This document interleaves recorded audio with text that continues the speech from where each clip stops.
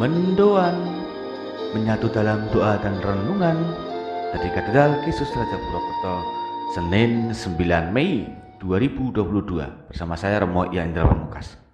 Saudari-saudara, selamat pagi, berkat dalam. Semoga kita senantiasa berlimpah karunia Tuhan sehingga semakin mampu merasakan kasih sayangnya yang tak berkesudahan. Untuk itu mari kita sekarang persiapkan langkah-langkah hari ini dengan merenungkan sabda Tuhan dari Injil Yohanes bab 10 ayat 1 sampai 10. Dalam nama Bapa dan Putra dan Roh Kudus, amin. Tuhan bersamamu dan bersama rohmu. Inilah Injil suci menurut Yohanes. Dimuliakanlah Tuhan. Sekali peristiwa Yesus berkata kepada orang-orang Farisi, "Aku berkata kepadamu, sesungguhnya siapa yang masuk ke dalam kandang domba tidak melalui pintu, tetapi dengan memanjat tembok, ia adalah seorang pencuri dan seorang perampok. Tetapi siapa yang masuk melalui pintu, ia adalah gembala domba. Untuk dia penjaga membuka pintu, dan domba-domba mendengarkan suaranya. Ia memanggil dombanya masing-masing menurut namanya dan menuntunnya keluar. Jika semua dombanya telah dibawanya keluar, ia berjalan di depan mereka dan domba-dombanya itu mengikuti dia, karena mereka mengenal suaranya. Tetapi seorang asing pasti tidak mereka ikuti, malah mereka lari daripadanya, karena suara orang-orang asing tidak mereka kenal." Itulah yang dikatakan Yesus dalam perumpamaan kepada mereka, tetapi mereka tidak mengerti apa maksudnya. Ia berkata demikian kepada mereka itu. Maka kata Yesus sekali lagi, "Aku berkata kepadamu, sesungguhnya akulah pintu kepada domba-domba itu. Semua orang yang datang sebelum aku adalah pencuri dan perampok, dan domba-domba itu tidak mendengarkan mereka. Akulah pintu. Barang siapa masuk melalui aku, ia akan selamat. Ia akan masuk dan keluar dan menemukan padang rumput. Pencuri datang hanya untuk mencuri, membunuh, dan membinasakan. Aku datang agar mereka mempunyai hidup dan mempunyainya dalam segala kelimpahan." Demikianlah sabda Tuhan. Terpujilah Kristus.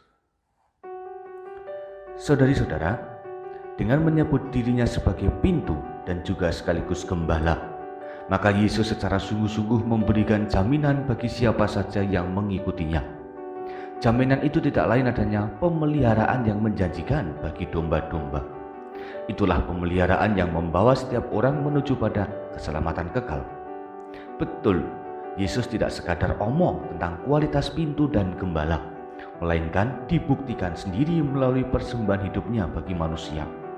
Maka kita patut bersyukur bahwa sebagai domba, kita itu masing-masing dipelihara oleh Tuhan Sang Gembala baik.